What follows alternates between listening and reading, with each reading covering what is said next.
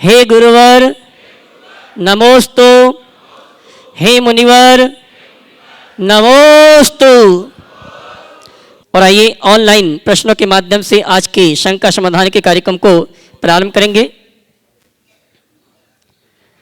जयपुर राजस्थान से शुभम जैन आपके श्री चरणों में नमन करते हुए शंका कर रहे हैं, महाराज जी अक्सर यह कहा जाता है कि जो मिला है उसमें संतुष्ट रहो, अक्सर ये कहा जाता है जो मिला है उसमें संतुष्ट रहो, लेकिन अगर हम आज जहाँ हैं और जिस स्थिति में हैं उसमें संतुष्ट कर लें तो हम में आगे बढ़ने की चाह तो खत्म हो ही जाएगी।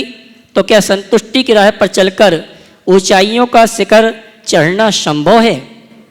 देखिए, जो मिला है उसमें संतुष्ट रहो, इसका अर्थ ये नहीं है कि आगे बढ़ने का प्रयास बंद कर दो।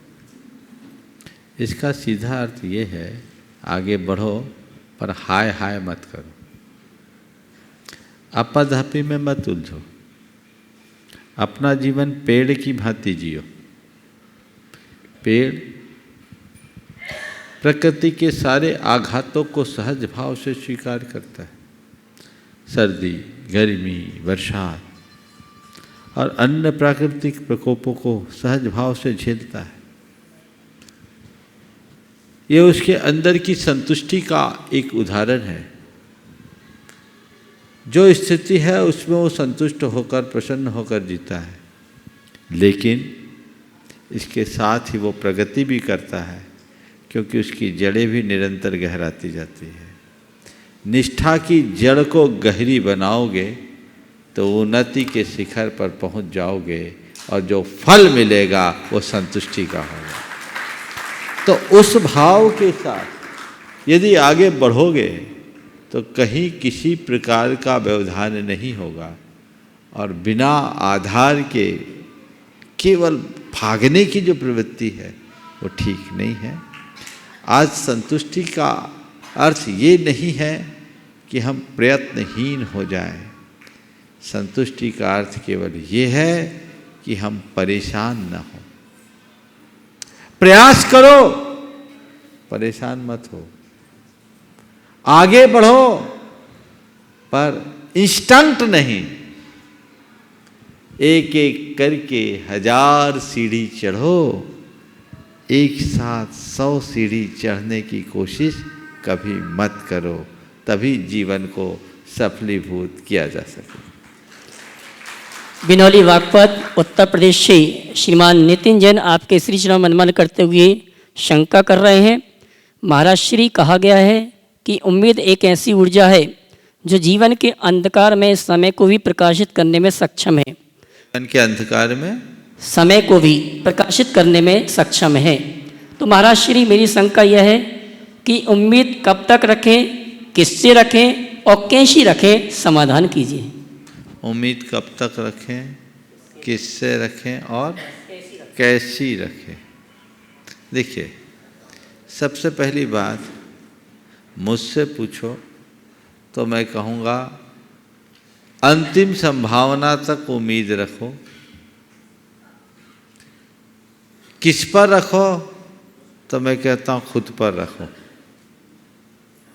किस पर रखो?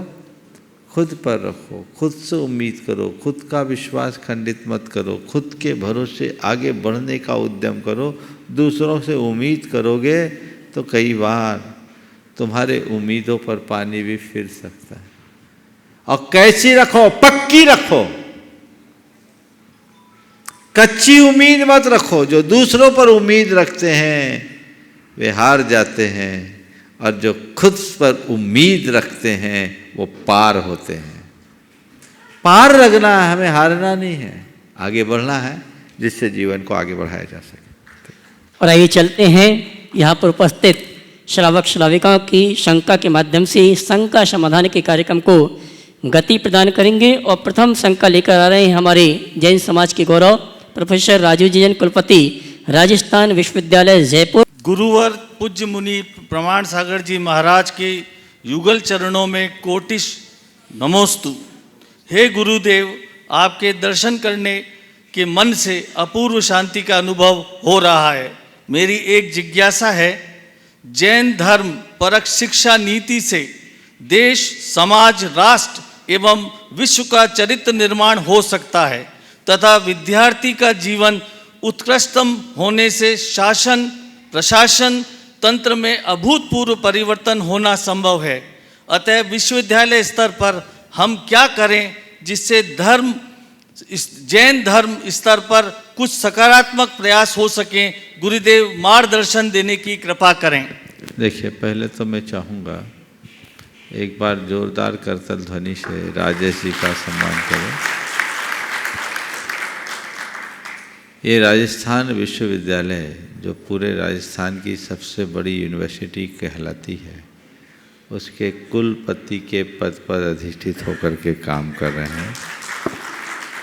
बहुत अच्छी जगह आप पहुँचे हैं और मुझे उम्मीद है कि आपके कार्यकाल में उस विश्वविद्यालय के माध्यम से जैन धर्म और दर्शन के शोध खोज के कार्य को वृद्धि मिलेगी। अब मैं आपके सवाल पर आता हूँ। आपने पूछा है कि वर्तमान शिक्षा नीति में यदि हम जैन धर्म का पुट कर रखें तो उसमें क्या संभावनाएं बढ़ेगी। मैं तो कहता हूँ जैन धर्म के अनुकूल यदि शिक्षा नीति बन जाए तो ये भारत अपने पुराने गौरव को फिर से प्राप्त कर लेगा। आचार्य महाराज कहते हैं भारत को अगर आगे बढ़ाना है तो भारत को भारत का रोल मॉडल बनाओ। हमारे प्राचीन भारत की जो शिक्षा नीति थी वो नीति व्यक्ति को सीख देकर कला गुणों में निपुण बनाती थी। वर्तमान की शिक्षा नीति डिग्रियों के लवादों से लपेट के रख देती है। इस शिक्षा नीति का इससे बड़ा उपहास और क्या होगा जब एक पटवारी के पद के लिए पीएचडी होल्डर अप्लाई करता है ना मजाक। आज की शिक्षा का उद्देश्य केवल एक अदद नौकरी रह गई, जबकि हमारी शिक्षा का उद्देश्य नौकरी न होकर जीवन को स्थिरता और मजबूती प्रदान करना होना चाहिए। तो उस तरफ हमारे गुरुदेव का सदैव मार्गदर्शन रहा है और ये सुनकर आप लोगों को गर्व होना चाहिए कि वर्तमान में जो सरकार की नई शिक्षा नीति लागू हुई उसमें गुरुदेव के मार्गदर्शन को विशेष रूप से लिया गया। उस कमेटी में गुरुदेव का भी नाम रहा। मानता हूँ सरकार की बहुत सारी व्यवस्थाएं और सीमाएं हैं। 1856 से जो शिक्षा नीति चला रही है उसका दुष्परिणाम अब सामने उभर कर आया है। इसको बदलना चाहिए, तभी हम आगे बढ़ पाएंगे। चलिए। श्रीमान महावीर जी दीपचंद जी टोले औरंगाबाद, उनके साथ शरद जी और उनके भ्राता। जिनके वाणी में महामंत्र हुआ करते हैं, जिनके चर्या में आगम तंत्र हुआ करते हैं, इस युग में भगवान महावीर नहीं तो क्या गम है। मुनि श्री प्रमाण सागर जी क्या महावीर से कम है। ऐसे भगवान महावीर के लघुनंदन, हमारे प्रत्येक शंकाओं का सटीक समाधान करने वाले मुनि श्री प्रमाण सागर जी के चरणों में मैं महावीर ठोले और औरंगाबाद के सभी समाज की ओर से त्रिवार नमस्तु करता हूँ। मुनि श्री, मेरी एक शंका, एक समाधान मैं चाहता हूँ कि एक समय में हमारा जैन समाज शीर्षस्थ स्थान पर था। उसकी आबादी लगभग 40 करोड़ की थी, जो अब 45 लाख पर आ गई है और दिन ब दिन कम होने की कगार पर है। हमारे अनेक प्राचीन तीर्थ स्थल हमारे होते हुए भी हमारे नहीं है।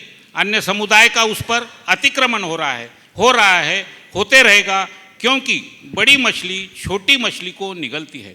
आवश्यकता अनुसार नए मंदिरों का निर्माण भी आवश्यक है, क्योंकि वर्तमान और आगे की पीढ़ियां हमारे धर्म और संस्कृति को प्राणवंत बनाने में सक्षम बन सके।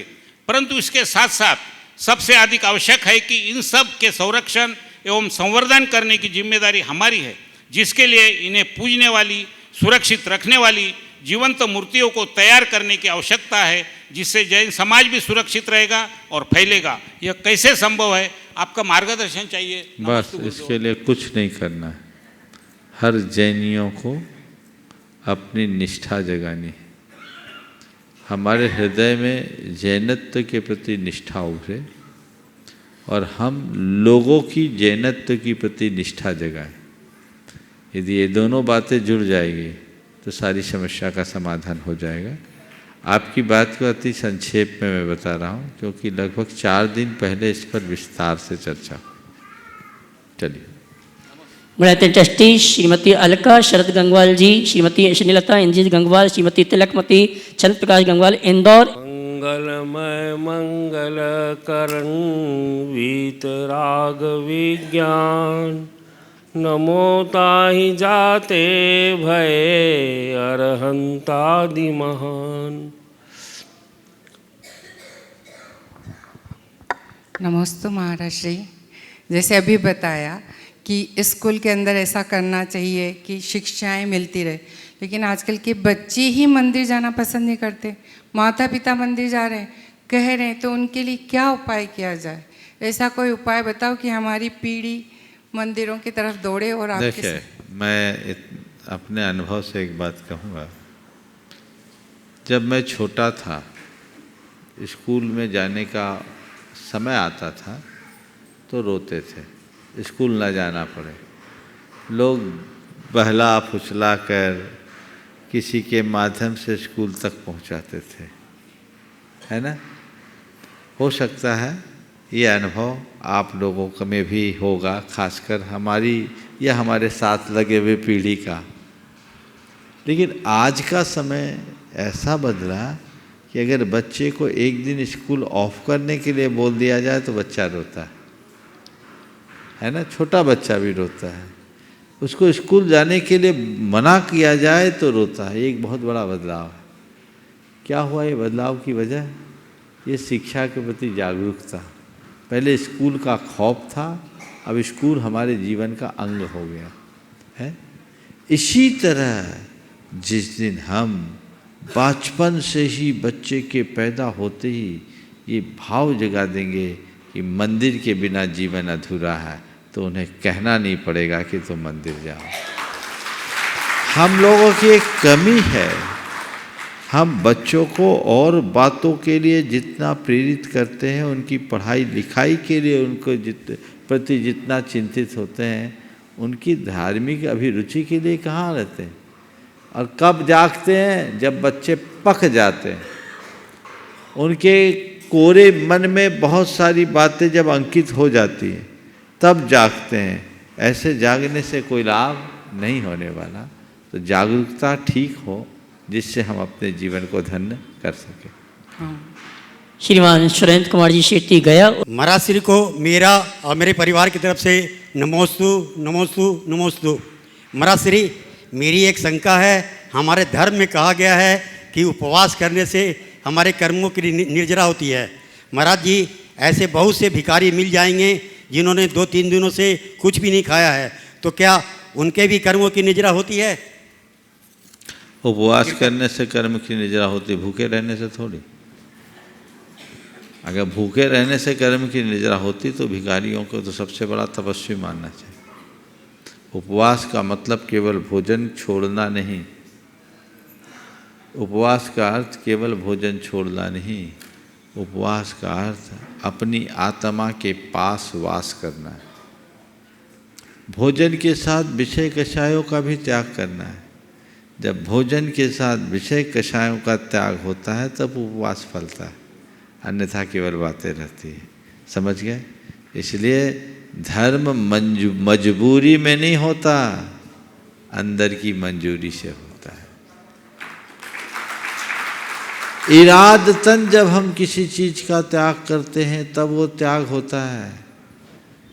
उपवास की बात तो छोड़ दो। तुम रात में भोजन नहीं करते पर रात्रि भोजन का त्याग नहीं, तो तुम्हें कोई फायदा नहीं। और एक दिन का भी प्रतिज्ञा पूर्वक त्याग करोगे तो फायदा है। समझ गए? इसलिए अभिसंधिकृतात् विरतिर्विष्यात् योग्यात् व्रतम भवति की उक्ति को चरितार्थ करे और हर काम अभिप्राय पूर्वक करे। नमोस्तु महाराज श्री। श्रीमती कविता जैन, अध्यक्ष त्रिशला महिला मंडल, नोएडा NCR। नोएडा जैन समाज की ओर से महाराज श्री के चरणों में 3 बार नमोस्तु नमोस्तु नमोस्तु। हे भगवान, हम अपने जीवन में ऐसा क्या करें कि शरीर हमें ना छोड़े, हम शरीर को छोड़ें। बहुत अच्छा सवाल है। ऐसा क्या करें कि शरीर हमें न छोड़े, हम शरीर को छोड़ें। हर पल एक ही बात का स्मरण रखो, मैं शरीर में हूँ अवश्य, पर मैं शरीर नहीं हूँ। मैं शरीर में हूँ अवश्य, पर मैं शरीर नहीं हूँ। मैं देह नहीं चेतन हूँ। अपने भीतर उस चैतन्यता का अनुभव करें और एक ही भावना भाए, हे प्रभु, जब भी ये तन छूटने को हो तो आपका नाम स्मरते हुए छूटे। देह विनाशी मैं अविनाशी, इस बात को नित्य भाएं, तो फिर आपका शरीर छूटेगा नहीं, आप शरीर को छोड़ने में समर्थ हो सके। श्रीमती रश्मि जी धुलियान, सीता जी वाकलीवाल, ग्वालियर। मुनिवर के चरणों में मेरा बारंबार नमोस्तु नमोस्तु नमोस्तु। हे मुनिवर, अगर किसी व्यक्ति को बार बार किसी भी छोटी छोटी बातों पे गुस्सा आता है तो हमें क्या करना चाहिए? कहीं आग लगती है तो क्या करते हैं? पानी डालते हैं। उसको गुस्सा है यानी आग लगी है, आप ठंडे रहो, ठंडा हो जाए, उसको झेल लो। ये मैं किसके संदर्भ में कह रहा हूँ? सामने वाले को। पर यदि गुस्सा करने वाला खुद पूछ रहा है ना, ऐसा भी तो हो सकता है। मुझे नहीं मालूम आप किस आशय से पूछ रहे, पर मैं यही मानता हूँ आप दूसरों के लिए पूछ रही होंगी, आप तो बहुत ठंडी होंगी, है ना। अगर हमें खुद को गुस्सा ज़्यादा आता है, बात बात में गुस्सा आता है, बड़ा अनुभूत प्रयोग है भावना योग करने का। नियमित भावना योग करें। भावना योग करने से गुस्से पर काफ़ी हद तक नियंत्रण होगा। मैं भोपाल में था, एक युवक की बाइक पर लिखा था मुझे शांत रहना है। मैं मंदिर से निकल रहा था, उसकी बाइक रुकी, नज़र पड़ी, मुझे शांत रहना है। मैंने कहा क्या है? तो बाइक से उतरा, उसके साथ उसकी धर्म पत्नी भी थी। बोले महाराज ये चमत्कार है। बोले क्या है? बोले महाराज जी ये है ना, ये प्रचंड क्रोधी थे, अभी आपका 52 गजा में भावना योग का शिविर अटेंड करके आए। मैंने इन्हें जबरदस्ती भेजा था कि आप जाओ। महाराज जी तब से ये रोज़ भावना योग करते हैं। और भावना योग करने के अलावा जब आपने कहा मुझे शांत रहना है, मुझे शांत रहना है, रोज़ छत पर बैठकर 108 बार मुझे शांत रहना है कहते हैं। अपने मोबाइल के रिंगटोन में इन्हें लिख रखा है, बना रखा है मुझे शांत रहना है। अपने कमरे में, अपने घर के दरवाजे में, अपनी गाड़ी में, अपनी दुकान में, सब जगह मुझे शांत रहना है, मुझे शांत रहना है। अब महाराज जी ये जितने क्रोधी थे अब उतने ही शांत हो गए। ये जनवरी में मुझसे बात की और वो व्यक्ति सितंबर में शिविर अटेंड करके आया था। ये चमत्कार है। तो यदि आप प्रयोग करो, और उसने बोला आपके जितने भी क्रोध को शांत करने के प्रवचन है ये उसको सुनते हैं, तो बहुत सारे प्रवचन हैं आप सुन सकते हैं, मोटिवेशन मिलेगा, चेतना अंदर से जगेगी, तभी क्रोध शांत होगा। क्रोध किसी मंत्र से शांत होने वाला नहीं। हाँ नमोस्तु महाराज। मुनि श्री जी के चरणों में त्रिवार नमोस्तु। मुनि श्री जी, आहार चर्या के बाद जो थाली में शेष बच जाता है उस आहार को ग्रहण करने में किसी विशेष पुण्य का लाभ होता है क्या? पुण्य का लाभ हो या न हो, विशेष भक्ति दिखती है कि अब आहार के बाद जो महाराज ने लिया हम वही लेंगे। एक दो भाई तो मेरे ऐसे संपर्क में कि आहार की थाली में जितना बचा वही लेंगे और जो बचा वही लेंगे, तो ऐसे भी लोग हैं। तो ये भी एक तपस्या है, भावना है। बाकी पुण्य किसी गणित से नहीं बनता, पुण्य केवल भावना से बनता है। नमोस्तु महाराज। गुणायतन ट्रस्टी श्रीमान सुनील जी, आशा जी रारा, डाल्टनगंज। उसके बाद श्रीमती कीर्ति बहन, मेट्रो दिल्ली। गुरुदेव के चरणों में सपरिवार बारंबार नमोस्तु नमोस्तु नमोस्तु गुरुदेव। गुरुदेव अब हम दोनों अपने आगे का जीवन चिंता मुक्त और आनंदमय कैसे बनाएं? आगे का जीवन चिंता मुक्त और आनंदमय कैसे बनाए? बड़ा सरल उपाय है। जिन जिन की चिंता उनको छोड़कर भगवान के चरणों में आ जाओ, है ना? चिंता मुक्त हो जाएगी। अरे चिंता तुम्हें थोड़ी पकड़े, तुम पकड़े हो जानबूझकर। कभी बेटा दिखता है, कभी बहू दिखती है, कभी दुकान दिखता है, कभी धंधा दिखता है, कभी नाती तो कभी पोते। तो वही तो नहीं छूट रहा गुरु जी। तो वो छोड़ना पड़ेगा, छूटेगा नहीं। लोग दुनिया छोड़ देते हैं पर चीज़ों को नहीं छोड़ पाते। यही तो संसार की विडंबना है। जिस दिन तुम ये समझ लोगे कि एक दिन दुनिया छूट जाने वाली है, उस दिन तुम्हारी पकड़ ढीली हो जाएगी, और जब पकड़ ढीली होगी तो रास्ता अपने आप प्रशस्त होगा। श्रीमती कीर्ति बहन और आशा का भी है, बोलो। गुरुदेव, जब हम लोग मंदिर जी में रहें और पूजा करते रहें और उस समय हम लोग को पता चल जाए कि घर में सुवासूतक हो गया, तो हम लोग पूजा छोड़ दें कि संपूर्ण करके? पहली बात तो कोई पूजा पाठ करने के लिए गया है तो जब तक उसकी पूजा पूरी न हो उसे सूचना मत देना, थोड़ा धैर्य रखो। अच्छी खबर पहुंचाने में फिर भी लोग लेट करते हैं, ऐसी खबर तुरंत पहुंचाते हैं, नहीं पहुंचाना। और दूसरी बात, एक फार्मूला दे देता हूँ। पूजा करने बैठो, एक संकल्प के साथ बैठो, जब तक मेरी पूजा पूर्ण नहीं होगी मैं स्थान नहीं छोड़ूंगा, मैंने मंदिर से बाहर नहीं जाऊंगा। कोई सूतक पातक का समाचार भी दे दे तो विसर्जन के पहले सूतक पातक नहीं लगेगा, क्योंकि संकल्प है। विधान करते हैं, क्यों प्रतिष्ठाचार्य जी, हमारी बात की पुष्टि होगी कि नहीं बताओ। विधान करते हैं, सकलीकरण एक धागा बांध देते हैं, फिर सूतक पातक लगता है क्या? तो सकलीकरण धागा बांधने का नाम है कि संकल्प का नाम है? तो मैं पूजा कर रहा हूँ, पूजा के लिए बैठ गया, संकल्पित हो गया, तो अब सकलीकरण हो गया। अब जब तक मेरी पूजा है तब तक कोई सूतक पातक नहीं है। लेकिन पूजा में तो बैठ के और मोबाइल से समाचार ले रहे हो, तो तुम्हारा सकलीकरण कहाँ है? ये तो विकलीकरण हो गया। संकल्प के साथ सभी से मैं कहता हूं, पूजा के टाइम में मोबाइल को अलाई बलाई मानो, एक तरफ रखो साइलेंट करके।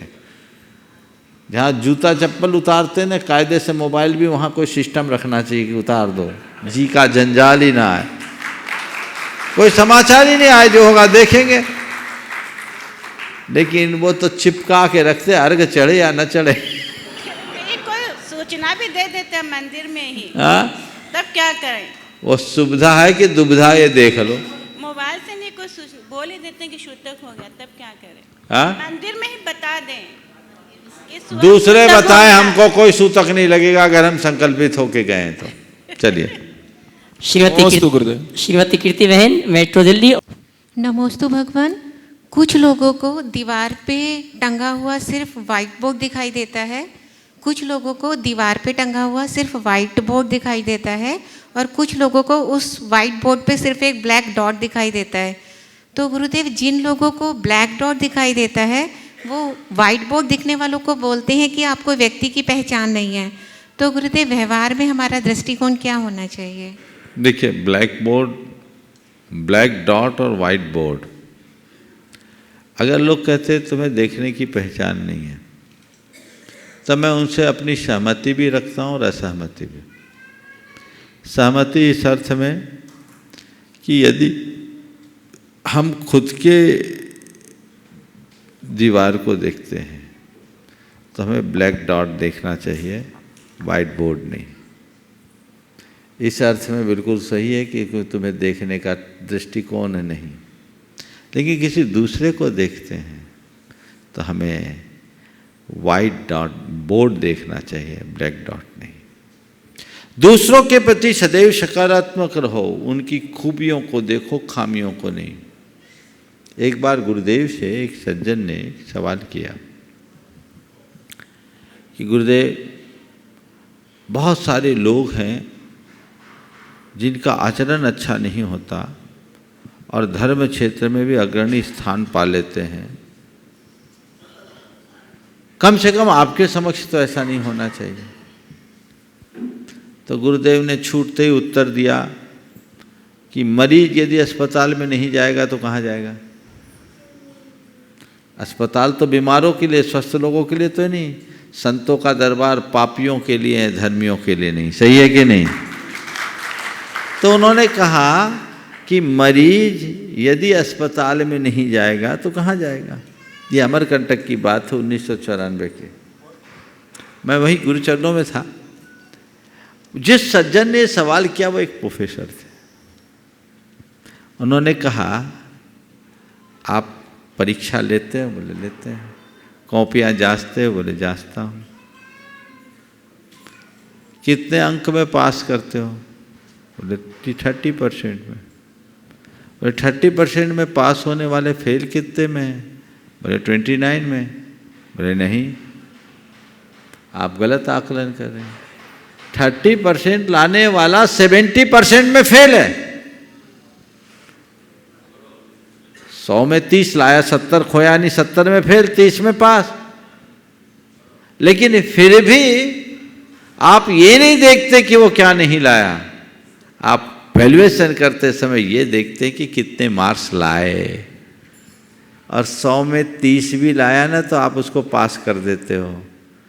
तो वो प्रोफेसर थे, बोले प्रोफेसर साहब 100 में 100 तो कोई बिरला ही लाता है, 30 भी लाया है तो पास तो करो, और कदाचित 30 भी नहीं लाया है तो भी उसको सराहो, कम से कम एग्ज़ाम तो दिया। फेल होने के डर से एग्ज़ाम से भागने वालों से तो अच्छा है। तो ऐसा सकारात्मक दृष्टिकोण होगा तो जीवन का पथ प्रशस्त होगा। नमस्ते गुरु। गुणायतन मंत्री श्रीमती चंद्रकला जी पाटनी, रांची। मेरी तरफ से, रांची वालों की तरफ से और जगत के सब जीवों की तरफ से मुनिराज के चरणों में नमोस्तु।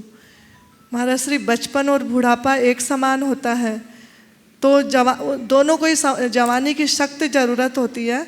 तो जवानी बचपन पर तो नहीं झुंझलाती, लेकिन बुढ़ापे पर झुंझलाती रहती है, तो इसका क्या उपाय है? बचपन और बुढ़ापा दोनों एक सा होता है, दोनों में जवानी की सख्त ज़रूरत होती है। बहुत अच्छा है। जवानी बचपन में नहीं झुंझलाती पर बुढ़ापे पे क्यों झुंझलाती? बहुत गहरा संदेश है, और ये संदेश जवानों के लिए है। एक जवान बच्चा जब उसका बेटा दूध पीता बेटा उसकी गोद गंदी करता है तो उसके अंदर प्यार उमड़ता है, झुंझलाता नहीं।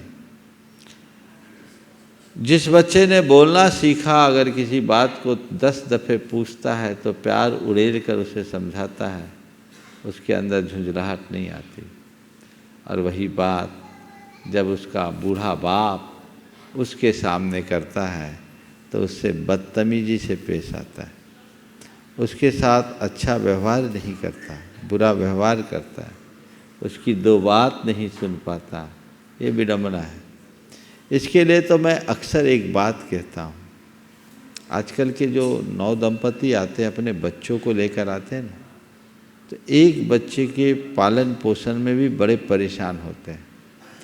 तो मैं उनसे कहता हूँ बस कुछ मत करो, अपने बच्चों को अच्छे से पालो, और एक बात ख्याल रखो कि इससे भी ज़्यादा कठिन परिश्रम से मेरे माँ बाप ने मुझे पाला है।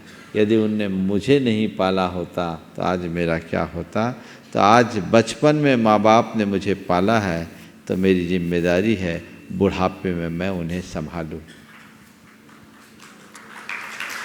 बचपन में माँ बाप ने मुझे पाला तो मेरी जिम्मेदारी है बुढ़ापे में मैं उसे पालूं।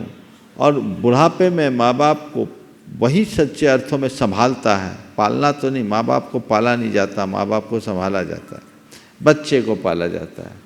तो ये वही कर सकता है जो माँ बाप के कर्ज को याद रखे। माता पिता के ऋणों का स्मरण रखो, तब आप काम कर पाओगे। उम्र सापेक्ष बहुत सारी दुर्बलताएं होती है जिन्हें हमें स्वीकार करना पड़ेगा। आप जब सड़क चलते हैं, 4 वर्ष का बच्चा आपकी उंगली पकड़ करके चलता है, तो आपको बच्चे की गति से चलना पड़ता है या आप अपनी गति से बच्चे को चलाते हैं? क्या करते हैं? हाँ, क्यों? अशक्त बच्चा हमारी चाल से नहीं चल सकता, हमें उसकी चाल से चलना होता है। तो आसक्त बूढ़ा हमारी चाल से कैसे चलेगा, हमें भी अपनी चाल को एडजस्ट करना होगा कि नहीं। पर मुश्किल यह है कि तुम बच्चे के साथ अपना एडजस्टमेंट करने के लिए तैयार हो, बाप के साथ नहीं। बच्चों के साथ तुम एडजस्टमेंट करने के लिए इसलिए राजी हो क्योंकि तुम्हें लगता है ये मेरा खून है, पर बड़े के साथ क्यों एडजस्ट नहीं होते? तुम जिसे अपना खून मान रहे हो, तुम भी तो उसके ही खून हो। तुम्हारे शरीर का एक एक बूंद खून तुम्हारे पिता की कृपा का प्रसाद है, तुम्हारे माँ बाप की करुणा का फल है। अगर उसे भूल जाओगे तो क्या करोगे? जिस मनुष्य के अंदर ऐसे ऋणस्मरण की वृत्ति होती है, उसके सामने किसी प्रकार की दुविधाएं शेष नहीं होती।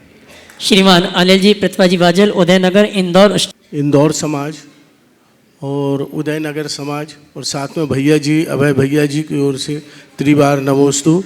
गुरुवर हमारा निवेदन है और समाज का निवेदन कि आपके चरण एक बार फिर इंदौर में पढ़ें। इसी के साथ मैं अपने प्रश्न को रखता हूँ। गुरुवर, जैसा कि बताया जाता है ज्योतिष विद्या में और ज्योतिष में जो देखते हैं कि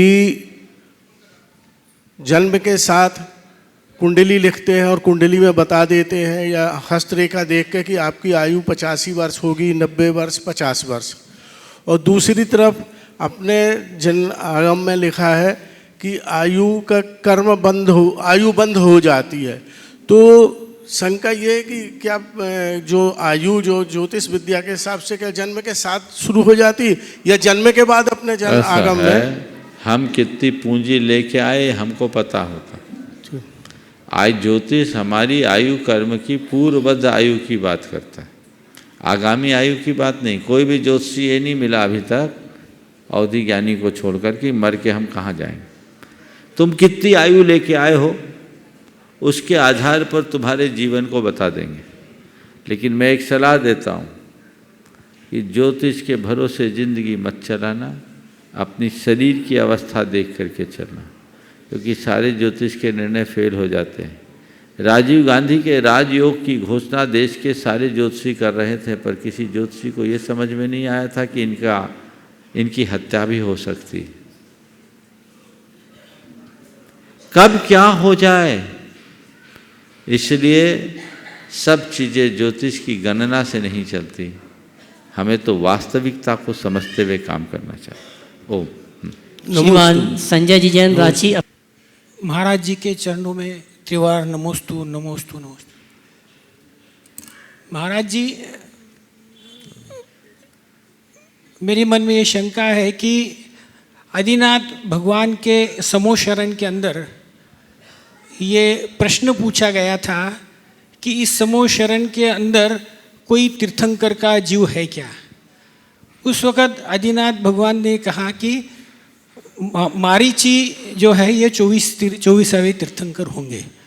जब मारीची मुनि ने यह सुना कि मैं इतना ज्ञानी है और मैं 24वां तीर्थंकर बनूंगा, तो उन्हें क्रोध आया और क्रोध के अंदर उन्होंने अपनी मुनि अवस्था छोड़ के उन्होंने कुमार्ग में लगे। तो मेरा ये सवाल है कि आदिनाथ भगवान तो पूर्ण ज्ञानी थे, अगर उनको ये मालूम था कि अगर मैं ये प्रश्न का उत्तर दूंगा तो ये अपना मुनि धर्म छोड़ देंगे, तो ऐसे वक्त तीर्थंकर भगवान को हर प्रश्न का जवाब देना जरूरी है क्या? जैसे आप भी बहुत से प्रश्न का उत्तर टाल देते हैं वैसे मैं बता रहा हूँ, हमारी तुलना भगवान से न करो तो ही अच्छा है, नहीं तो आप भी पता नहीं क्या बना दोगे। पहली बात, हम जो भी उत्तर देते हैं बुद्धिपूर्वक देते हैं। किसका उत्तर देना है, किसका उत्तर टालना है, ये हमारी अपनी खुद की समझ पर निर्भर करता है। पर भगवान न तो किसी के पूछने से उत्तर देते हैं, न कुछ सोच कर उत्तर देते हैं। उनकी सारी क्रियाएं नैसर्गिक होती है, समझ गए, अबुद्धिपूर्वक होती है, सहज निकलती है। जहाँ तक इस प्रसंग का सवाल है, ये प्रसंग कहाँ पढ़ा आपने? पुराण में पढ़ा था। कौन से पुराण? प्रथमान योग के अंदर। कौन से ग्रंथ में? जिस तरह का वाकया आपने बताया, मेरी स्मृति के अनुसार किसी मूल ग्रंथ में वो देखने को नहीं मिला। समझ गए? क्योंकि भगवान के समोसरण के बाद तो वृषभसेन गणधर हो ही गए थे, और वो जितने मिथ्यादृष्टि मुनि थे वो तो 4000 समोसरण में आए नहीं, क्योंकि भगवान की वाणी श्री मंडप भूमि में खिलती है, और श्री मंडप भूमि में केवल सम्यक दृष्टि प्राणी होते हैं, मिथ्या दृष्टि नहीं। मारीच को तो सम्यक दर्शन ही नहीं था, वो तो भगवान के शरण में गया ही नहीं, अभिमान में करता रहा। इस कथा को एक बार फिर से देखिए, फिर हो सकता है मुझे विस्मरण हो, क्योंकि कथा कहानियाँ मुझे याद नहीं रहती, पर जहाँ तक मुझे याद है आदि पुराण बहुत पहले मैंने पढ़ा है। संभवतः मारीच आप लोगों ने पढ़ा, मुनि नहीं बना और समोसरण में गया ही नहीं। मारीच कहाँ पूछा? मारीच समोसरण में जाएगा तभी तो पूछेगा। एक कहानी थोड़ा सा देख लीजिएगा, दोनों चीज़ों का उत्तर मैं देता हूँ। मैं अपनी स्मृति के आधार पर कहता हूँ कि वो गया नहीं, और यदि कदाचित गया और मैं विस्मृत हूँ तो भगवान का उत्तर नियोग से होता है, बुद्धिपूर्वक नहीं होता। इसलिए उनको जो निकलना था सो निकल गया, ऐसा समझिए। नमस्ते। श्रीमान NC जैन साहब भोपाल। शुभेंद्र। नमोस्तु महाराज जी, नमोस्तु महाराज जी, नमोस्तु। गुरुवार नमोस्तु। आपका हो गया ना? नहीं सर, NC जैन साहब। हाँ बोलो जल्दी। सर NC जैन साहब इन्हीं को दो ना। अरे प्रोफेसर आदमी, खुद पूछो आप। हाँ गुरुवार, इनका प्रश्न ये है कि जैसे अब आगम में लिखा रहता है कि दान देने से 4 गुना बढ़ता है, व्यापार भी बढ़ता है, ये भी बढ़ता है, सब है। अब प्रोफेसर साहब का कहना, साहब हम तो रिटायर्ड पर्सन हैं, अब हमारी पेंशन तो 50,000 है और सरकार और धीरे धीरे कम करती जा रही, तो ये महाराज जी ये कैसे फिर 4 गुनी हो पाएगी? अरे यहाँ की 4 गुनी नहीं होगी, पर तुम्हारा पुण्य तो 4 गुना होगा ही ना। पेंशन भले फिक्स है, पर अगर खर्चे की कटौती कर दोगे, दान दोगे, तो और नई संभावनाएं भी खुल सकती हैं। पहली बात, पैसा बढ़ाने के लिए दान देना हो तो तुम दान दो और पेंशन छोड़ कर कोई धंधा कर लो, प्रयोग करके देख लेना, जितना दान दोगे उससे 4 गुना आएगा। और पुण्य बढ़ाने के लिए है तो बैलेंस शीट भीतर दिखेगी नहीं, वो जरूर बढ़ेगी। चलिए आगे। श्रीमान महेंद्र कुमार जी टीकम चंद जी छावड़ा, रांची गुणतंत्र ट्रस्ट। महाराज श्री के चरणों में त्रिवार नमोस्तु नमोस्तु नमोस्तु। महाराज श्री, मेरा प्रश्न ये है कि जो पंच कल्याण के अंदर माँ बाप जो बनते हैं, उनकी कोई आयु सीमा है या नहीं? और आयु सीमा नहीं है तो आजन्म ब्रह्मचर्य व्रत का जिनका नियम है वो भी माँ बाप बनते हैं, ऐसा क्यों? आजकल पैसे सब बना देते। माता पिता एक बहुत योग्य पात्र हैं, भगवान के माँ बाप भगवान के माँ बाप जैसे होने चाहिए। गाल धस गए, दांत निकल गए, कमर लचक गई, और फिर भी माँ बाप बन रहे हैं और बनाए जा रहे हैं। ठीक है, शास्त्र में ऐसा कुछ नहीं लिखा, लेकिन माता पिता जैसे लगने तो चाहिए। और अल्प उम्र में भी बने तो बन सकते हैं, बशर्ते उनकी इच्छा शक्ति प्रबल हो। माँ बाप जिनका आजीवन व्रत हो गया, हम तो उनको नहीं बनाते। माँ बाप बनने वाले को आजीवन व्रत जरूर लेना पड़ता है, तो जो आजीवन व्रत निभा सके वे ही माँ बाप बने। समय आप सबका हो गया, यहीं पर विराम। बोलिए परम पूज्य आचार्य गुरुवर श्री विद्यासागर जी महाराज।